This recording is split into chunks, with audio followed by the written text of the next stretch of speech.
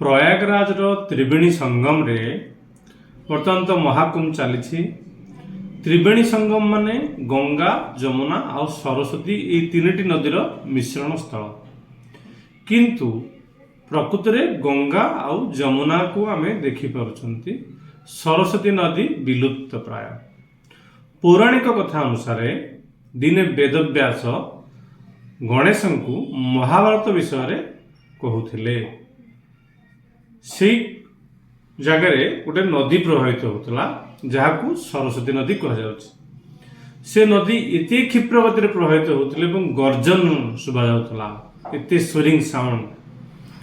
गणेश सरस्वती नदी कहले तमे टिके स्थिर हो जा, मते महाभारत कथा शुणवे असुविधा हो। किंतु सरस्वती नदी से कथा को भ्रूक्षेप कले नहीं। एथिरे गणेश टिके रागी गले एवं रागिकी सरस्वती नदी को अभिशाप देले जे ये जो क्षिप्र गति प्रभावित हो केते गर्जन करछ, मु कहला परे तुम शुणिलनी, एटा होची तुमर अहंकार। मु तुमको अभिशाप दूची, तुमर ये अहंकार और रहिबनी, तमे विलुप्त हो। एवं विनाशना बोली गोटे जगह अच्छी उत्तराखंड रे, जोठी गोटे नदी आसिकी माटी तळକୁ सेठी पस जाइछि।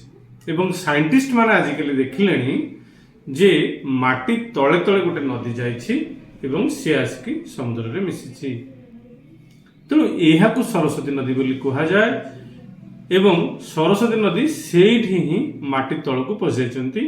तांकर अहंकार, तांकर जो गर्व थिला सेटा से दिन थारु क्षीर्ण हो जाइछि।